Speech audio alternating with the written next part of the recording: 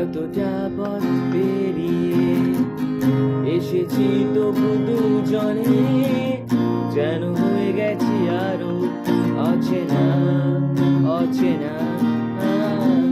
স্বপ্নেরা তবু খুঁজে যায় জীবনের শেষ সীমানায় আছে কি রাখা বাঁচার ঠিকানা ঠিকানা।